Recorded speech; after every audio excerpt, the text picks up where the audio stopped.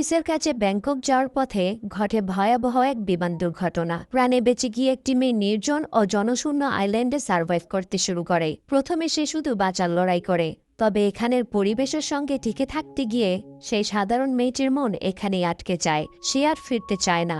এই নির্জন দ্বীপটাই তার কাছে স্বর্গ হয়ে ওঠে। এমনকি যারাই তাকে উদ্ধার করতে আসে, অদ্ভুতভাবে সেই মানুষগুলোর মৃত্যু হতে থাকে। আর এরপর এমন কিছু ঘটে যা কখনো কেউ কল্পনা করেনি। বলছি সদ্যমুক্তি পাওয়া psychological survival thriller cinema send হেল্পের কথা। সিনেমার শুরুতে লিন্ডা নামের এক মহিলাকে দেখানো হয়। তিনি একটি কর্পোরেট কোম্পানিতে কাজ করেন এবং খুবই ট্যালেন্টেড স্ট্র্যাটেজিস্ট।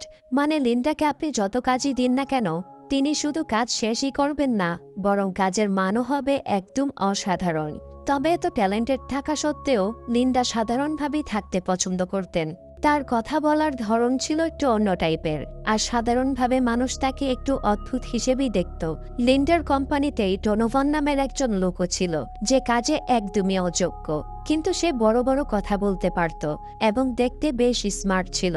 আসলে ডোনোভান তো লিন্ডার বানানো রিপোর্টগুলো নিজের বলে বসদের কাছ থেকে ক্রেডিট নিয়ে নিত। এই সব কিছুর পরেও কোম্পানির বস জানতেন যে লিন্ডা খুবই পরিশ্রমী এবং তিনি লিন্ডাকে প্রমোশন দিতে যাচ্ছিলেন। কিন্তু হঠাৎ করেই বস মারা যান। এরপর কোম্পানির দায়িত্ব নেয় তার ছেলে, যার নাম ব্র্যাডলি প্রিস্টন। ব্র্যাডলি ছিল ডোনাভানের কলেজের বন্ধু, তাই সে লিন্ডার প্রমোশনটা ডোনাভানকেই দিয়ে দেয়। এমনকি ব্র্যাডলি লিন্ডাকে একদমই পছন্দ করত না। প্রথম তিনি লিন্ডা তার হাতে টুনা ফিশ লাগিয়ে ফেলেছিল, যার গন্ধ ব্র্যাডলির কাছে খুব খারাপ লাগে। এজন্য ব্র্যাডলি লিন্ডার হাইজিন নিয়ে অভিযোগও করে, যা লিন্ডার জন্য খুবই লজ্জাজনক ছিল। তখন সে বলে যে তাদের কোম্পানি ব্যাংককের অন্য একটি কোম্পানির সাথে মার্জান হতে যাচ্ছে। এই কাজের জন্য ব্র্যাডলি, ডোনোভান এবং আরও কিছু এক্সিকিউটিভ ব্যাংককে যাচ্ছে। লিন্ডাকেও তাদের সাথে যাওয়ার সুযোগ দেয়া হয়। ব্র্যাডলি বলে এই মার্জারে যে নাম্বার সংক্রান্ত সমস্যা আছে তা লিন্ডা ঠিক করতে পারে, তাহলে সে তার প্রমোশন নিয়ে ভাববে। এটা শুনে লিন্ডা সঙ্গে সঙ্গে ব্যাংকক যাওয়ার জন্য রাজি হয়ে যায়। তবে আমরা তাকে নিজের গাড়িতে বসে কাঁদতে এবং নিজেকে সান্ত্বনা দিতে দেখি, কারণ ব্র্যাডলির হাইজিন নিয়ে করা মন্তব্য তাকে খুব কষ্ট দিয়েছিল। লিন্ডার একটি পোষা প্রাণী আছে, যার নাম সুইটি, যা একটি কাকাটিয়াল পাখি। এছাড়া লিন্ডা টিভিতে সার্ভাইভার শো দেখতে খুব পছন্দ করে, যেখানে মানুষ জঙ্গলে বিভিন্ন টেকনিক ব্যবহার করে বেঁচে থাকার চেষ্টা করে। এখানে লিন্ডা এবং ব্র্যাডলির মিটিংয়ের সময় জুরি নামের একজন মেয়ে চলে আসে। জুরি হলো ব্র্যাডলির ফিয়ান্সে। সে খুব স্টাইলিস্ট এবং তার হাতে ব্র্যাডলির দেওয়া এঙ্গেজমেন্ট রিংটি ছিল। তো যাই হোক, এর পরের দিন সকালে লিন্ডা এয়ারপোর্টে ব্র্যাডলি, ডোনোভান এবং অন্য এক্সিকিউটিভদের সাথে দেখা করে। তারা সবাই একটি প্রাইভেট প্লেনে করে ব্যাংকক যাওয়ার জন্য রওনা দেয়।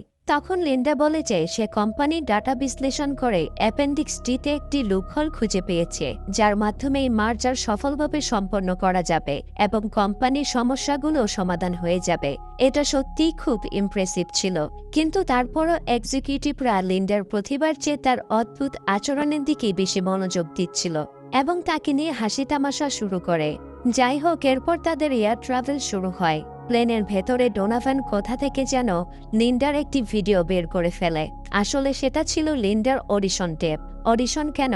কারণ লিন্ডা একটি সার্ভাইভার শোতে যেতে চেয়েছিল, আর সেই জন্যই সে নিজের একটি অডিশন ক্লিপ বানিয়েছিল, যেখানে সে বলছিল সে কঠিন পরিস্থিতিতে বাঁচতে পারবে, তার মধ্যে এই সব স্কিল আছে। কিন্তু ভিডিওটা একটু ক্রিঞ্চি ছিল, আর এই সুযোগটাই ডোনোভান নেয়। সে ভিডিওটা সবার সামনে দেখিয়ে লিন্ডাকে নিয়ে মজা করতে শুরু করে। এতে লিন্ডা খুব কষ্ট পায় এবং কাঁদতে থাকে।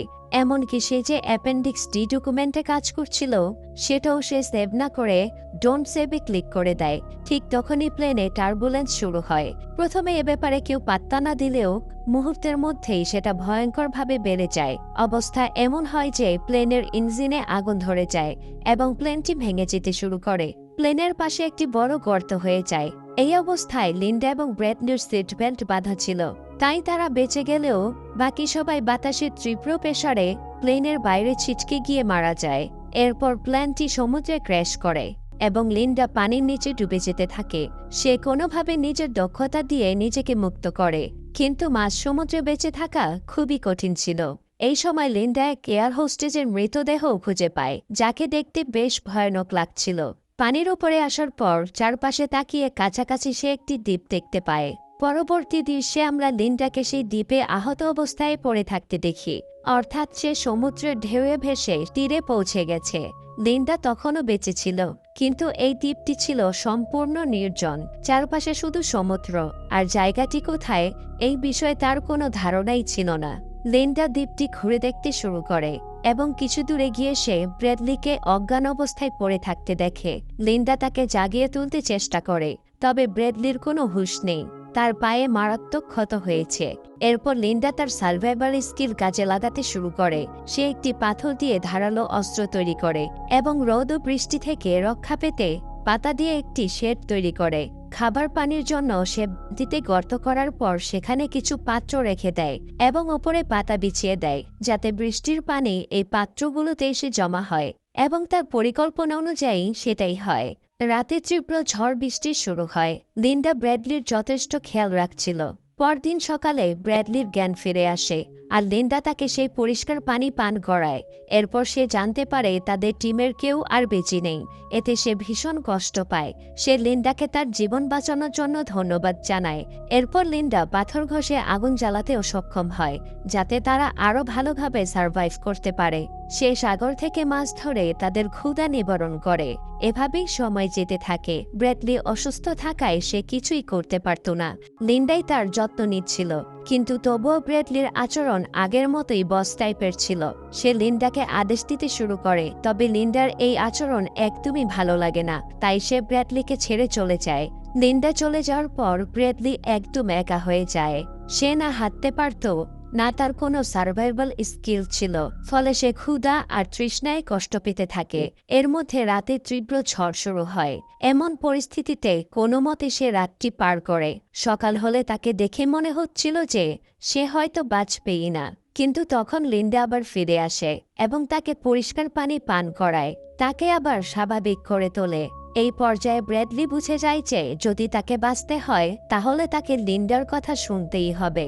লিন্ডাও তাকে জানিয়ে দেয় এখানে কোনো বসগিরি চলবে না।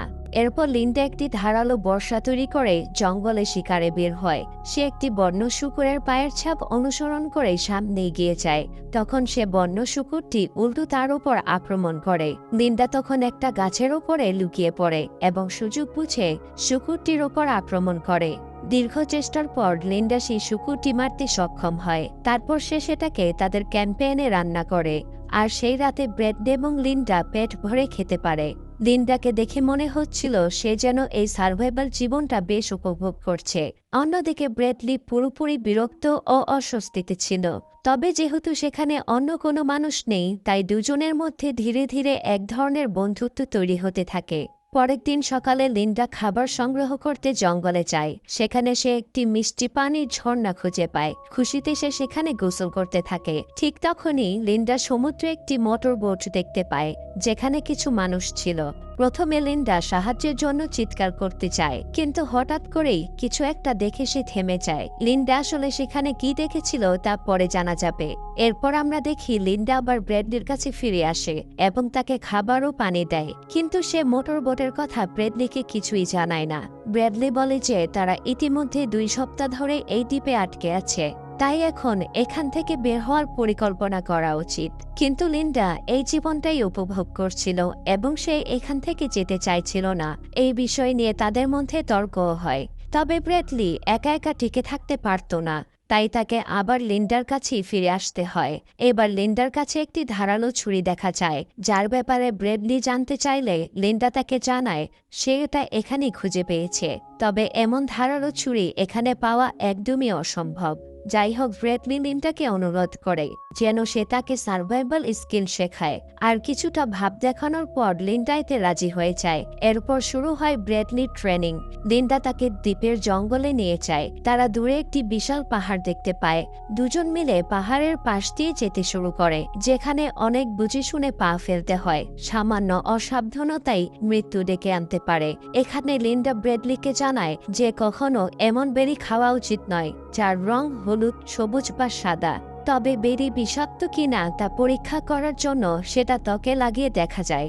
যদি ত্বকে প্রতিক্রিয়া হয়, অর্থাৎ বেরি বিষাক্ত, প্রতিক্রিয়া না হলে ঠিক আছে। এক পর্যায়ে লিন্ডা দূরে একটি ক্রসের মতো পাথর দেখিয়ে ব্র্যাডলিকে বলে সেই ক্রসের কাছাকাছি কখনো যাবে না, কারণ ওই দিকে অনেক বিষাক্ত গাছ রয়েছে এবং যদি ব্র্যাডলি সেখানে চলে যায় তবে ত্বকে চুলকানি শুরু হবে এবং সে বাঁচতে পারবে না। যাই হোক, এরপর তারা পাহাড়ের উপর থেকে আবার ফিরে যাচ্ছিল। হঠাৎ লিন্ডার পা পিছলে যায় এবং নিচে পড়ে যাওয়ার উপক্রম হয়, কিন্তু ব্র্যাডলি সামহাও তাকে টেনে ধরে উপরে তুলে আনে ও তার জীবন বাঁচায়। এরপর তারা ফিরে এসে খাওয়া দাওয়া করে। তখন লিন্ডা জানায় যে সে ফলমূল থেকে ওয়াইনও তৈরি করেছে। সেই রাতে তারা দুজন ওয়াইন পান করে এবং একে অপরকে তাদের জীবনের অনেক কিছু জানায়। উদাহরণস্বরূপ, ব্র্যাডলি কখনো তার বাবার সাথে অতটা ঘনিষ্ঠ ছিল না। মূলত তার মা তাকে বড় করেছে। ব্র্যাডলির মা খুব কঠোর ছিলেন, আর সেই কারণেই হয়তো ব্র্যাডলি আজকে এই রকম। লিন্ডা এখানে বলে, monsters are not born, they are created. এই লাইনটি মনে রাখার মতো। এছাড়া লিন্ডা তার নিজের জীবন সম্পর্কেও কিছু জানায়। সে বলে অতীতে তার স্বামী ছিল, যিনি এখন আর নেই। তার স্বামী খুব খারাপ মানুষ ছিলেন, মদ্যপান করে লিন্ডার উপর হাত তুলতেন। প্রথমে তিনি এমন ছিলেন না, কিন্তু সময়ের সাথে সাথে তিনি বদলে গিয়েছিলেন। লিন্ডা সবসময় আশা করতেন যে তার স্বামী আবার আগের মতো যত্নশীল হয়ে উঠবেন। লিন্ডা জানায় তার স্বামী একটি গাড়ি দুর্ঘটনায় মারা যান। সে আরও বলেছে যখনই তার স্বামী খুব মদ্যপান করতেন সে তার গাড়ির চাবি লুকিয়ে দিত, যাতে সে মাতাল অবস্থায় গাড়ি চালাতে না পারে। কিন্তু এক রাতে তার স্বামী অতিরিক্ত মাতাল হয়ে দুর্ব্যবহার শুরু করে। লিন্ডা অত্যন্ত বিরক্ত হয়ে তার গাড়ি চাবি টেবিলে রাখে, এমনকি তাকে এক্সট্রা ড্রিঙ্কসও দেয়। সেই রাতেই দুর্ঘটনা ঘটে এবং তার মৃত্যু হয়। এই গল্প বলার সময় লিন্ডা আবেগপ্রবণ হয়ে যায়, আর ব্র্যাডলি তার আবেগ বুঝতে পারে। পরদিন সকালে লিন্ডা ঘুম থেকে উঠে ব্র্যাডলিকে গোসল করতে দেখে। কিছুটা সময়ের মধ্যেই লিন্ডা ব্র্যাডলির দিকে আকৃষ্ট হতে শুরু করে। ঠিক তখনই দ্বীপে ঝড় ওঠে এবং দুজনকে এক গুহায় আশ্রয় নিতে হয়। সেখানে উষ্ণতার জন্য তারা একে অপরের কাছে আসে ও জড়িয়ে ধরে এবং গুহাতেই তারা সেই রাতটি পার করে। পরের দিন সকালে আবহাওয়া আবার ভালো হয়, আর ব্র্যাডলিও বেশ কাজ করছে। মানে এখন তার সার্ভাইভাল স্কিলও অনেক উন্নত হয়েছে এবং তার পা পুরোপুরি সুস্থ হয়ে গেছে। ব্র্যাডলি প্রস্তাব দেয় যে আজ রাতের খাবার সে লিন্ডার জন্য বানাবে। এটি শুনে লিন্ডা খুব খুশি হয়। সেই রাতে ব্র্যাডলি অনেক কিছু রান্না করে এবং লিন্ডাকে খাওয়ার জন্য দেয়। লিন্ডা খেতে শুরু করে, কিন্তু কিছুক্ষণ পরেই তার মাথা ঘোরাতে শুরু করে, কারণ ব্র্যাডলি তার খাবারে বিষাক্ত বেরি মিশিয়ে দিয়েছিল। লিন্ডা যখন নিয়ন্ত্রণ হারায়, ব্র্যাডলি পাশের জঙ্গল থেকে একটি ভেলা বের করে, যা সে আগে থেকে নিজের জন্য গোপনে প্রস্তুত করে রেখেছিল। ব্র্যাডলির মূল পরিকল্পনা ছিল এখান থেকে পালানো, এবং সে সেটাই করে। লিন্ডাকে ফেলে ভেলা নিয়ে পালাতে চায়। সেখানে খাবারের সাপ্লাইও ছিল এবং সে সমুদ্রে চলতে শুরু করে, কিন্তু সার্ভাইভাল নিয়ে ব্র্যাডলি এখনও অতটা এক্সপার্ট ছিলেন না। ভেলাটি বিশাল সমুদ্রের ঢেউয়ে মুহূর্তেই ভেঙে যায় এবং ব্র্যাডলি ডুবে যেতে শুরু করে। ডুবতে থাকা অবস্থায় সে তার ফিয়ন্সে জুরিকে দেখতে পায়, কিন্তু বাস্তবে লিন্ডাই ব্র্যাডলিকে ডুবে যাওয়া থেকে বাঁচায়। ব্র্যাডলি অচেতন হয়ে গিয়েছিল। যখন সে জ্ঞান ফিরে পায় তখন সে লিন্ডাকে তার সামনে দেখতে পায়। লিন্ডা তাকে জানায় যে ব্র্যাডলি যে বিষাক্ত বেরি তার খাবারে দিয়েছিল তা এতটা পরিমাণে বিষাক্ত ছিল না যে মানুষ মারা যাবে, বরং এটি শুধু বিপজ্জনক অবস্থায় ফেলবে। লিন্ডার কাছে যথেষ্ট সময় ছিল নিজের অজান্তেই বমি করে নিজের জীবন বাঁচানোর, এবং পাশাপাশি সে ব্র্যাডলিকেও ডুবে যাওয়া থেকে বাঁচায়। ব্র্যাডলি কাঁদতে কাঁদতে বলে, আমি তোমাকে হত্যা করতে চাইনি, শুধু অচেতন করে পালাতে চেয়েছিলাম। লিন্ডা তাকে সান্ত্বনা দিয়ে কিছু অক্টোপাস খেতে দেয়, কিন্তু ব্র্যাডলি সেই অক্টোপাস খাওয়ার পর মুহূর্তেই পুরোপুরি প্যারালাইসিসে চলে যায়। লিন্ডা ব্র্যাডলিকে এমন একটি অক্টোপাস খাইয়েছিল যা মানুষকে কিছু সময়ের জন্য প্যারালাইজ করে দেয়। এরপর লিন্ডা এমন অভিনয় করে যেন সে ব্র্যাডলির গোপন অংশটি কেটে ফেলছে, কিন্তু বাস্তবে সে তার পায়ের কাছে একটি ইঁদুর কেটে ফেলেছিল। ব্র্যাডলি এইসব দেখে খুব ভয় পায়। সে কিছুই বুঝতে পারে না, কারণ তার সাময়িক প্যারালাইসিসের কারণে সে কিছুই অনুভব করতে পারছিল না। তার মনে হয় তার সবকিছু শেষ। লিন্ডা এরপর ইঁদুরটি দেখিয়ে বলে, আমি তোমাকে সবকিছু শিখাইনি। যদি তুমি আবার এমন কিছু করো তবে আমি সত্যি তোমাকে এমন শাস্তি দেব। এই মুহূর্তে ব্র্যাডলি সম্পূর্ণ লিন্ডার দয়ের ওপর নির্ভরশীল ছিল এবং কিছুই করতে পারছিল না। তাকে যে কাজ করতে দেওয়া হয়েছে সে সেটাই করছিল। এরপর লিন্ডা খাবার সংগ্রহ করতে দ্বীপের জঙ্গলে যায় এবং আবার একটি বোট দেখে। বোটটি দ্বীপে আসে, যেখানে ছিল জুরি এবং সাথে একজন ক্যাপ্টেন। জুরি ব্র্যাডলিকে খুঁজতে এসে শেষ পর্যন্ত দ্বীপে পৌঁছেছে এবং লিন্ডার সঙ্গে তার দেখা হয়। লিন্ডা জুরিকে দেখে একদম খুশি নয়, তবে এই ব্যাপারে সে তাদের কিছুই বুঝতে দেয় না। সে জানিয়ে দেয় ব্র্যাডলি বেঁচে আছে। এরপর লিন্ডা জেরি ও ক্যাপ্টেনকে ব্র্যাডলির কাছে নিয়ে যেতে শুরু করে। তারা তিনজন সেই পাহাড়ের খাড়া ঢাল বেয়ে সামনে এগোতে থাকে। লিন্ডা জুতো বেঁধে নেওয়ার বাহানা দিয়ে তাদের সামনে এগোতে বলে। যখন তারা পরবর্তী টিলায় পৌঁছায়, পাথরটি ভেঙে যায় এবং জুরি পাহাড়ের ঢাল থেকে পিছলে যায়, কিন্তু ক্যাপ্টেন তাকে টেনে ধরে। তারা লিন্ডাকে সাহায্যের জন্য ডাকে, তবে লিন্ডা কোনো কিছু না ভেবে পেছনে চলে আসে। পরবর্তী দৃশ্যে লিন্ডা ব্র্যাডলির কাছে ফিরে আসে, যেখানে সে একা, অর্থাৎ জুরি ও ক্যাপ্টেন তার সাথে নেই এবং লিন্ডা ব্র্যাডলিকে এই বিষয়ে কিছুই জানায় না। তবে ব্র্যাডলি লক্ষ্য করে লিন্ডার আচরণ কিছুটা অন্যরকম। কোনো কিছুর জন্য সে অনুশোচনায় ভুগছিল। সেই রাতে লিন্ডা একটি ভিশন দেখে, যেখানে জুরি তাকে ভয়ঙ্করভাবে বলছে যে লিন্ডা তাকে শেষ করেছে আর এখন সে ব্র্যাডলিকে লিন্ডার ব্যাপারে সমস্ত সত্য জানাবে। লিন্ডা কেঁদে না বলে, কিন্তু পরের মুহূর্তে সে বুঝতে পারে যে এটি কেবল তার মনের ভ্রম ছিল।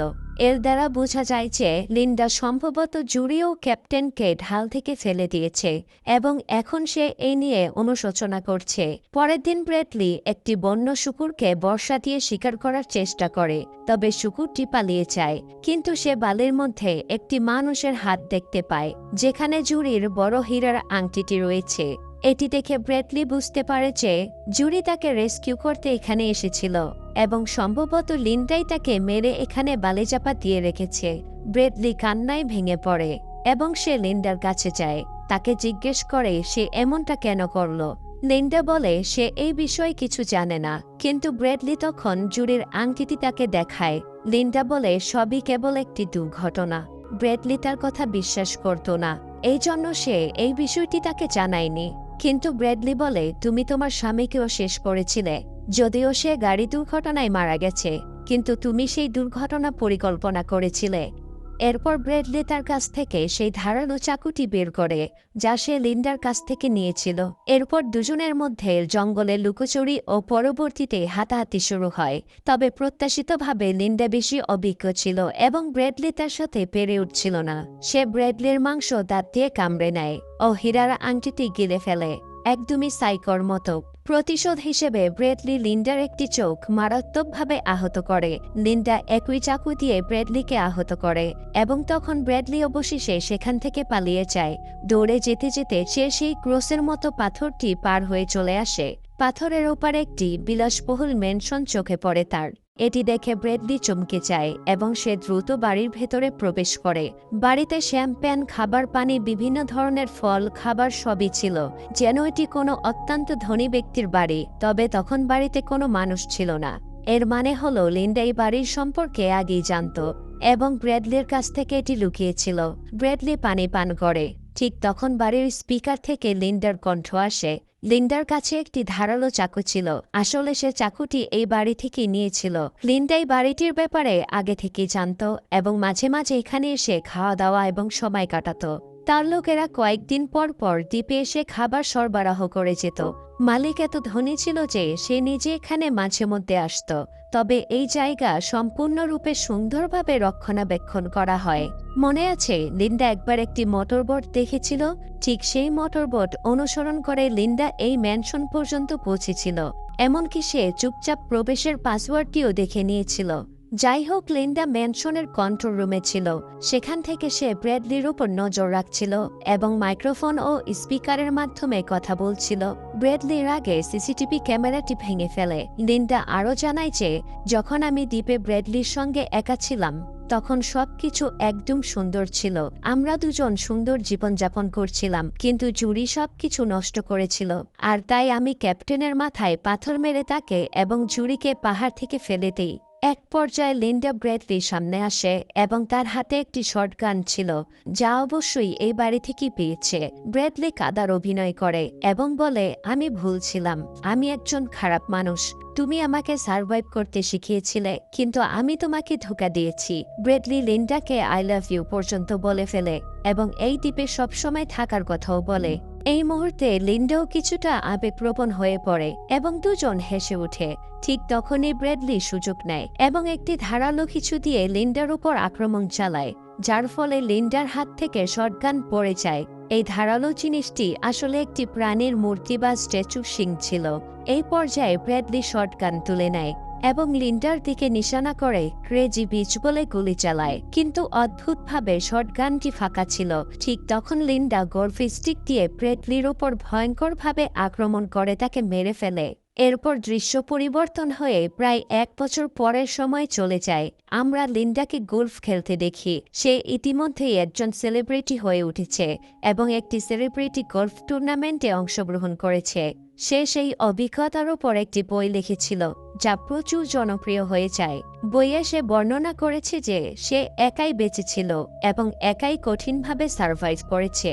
মিডিয়ার সামনে সে এমনভাবে আচরণ করে যেন সে তার সহকর্মীদের অনেক মিস করছে। পাশাপাশি আমরা আরও জানতে পারি যে লিন্ডার সার্ভাইভাল স্টোরির উপর একটি সিনেমাও বানানো হবে।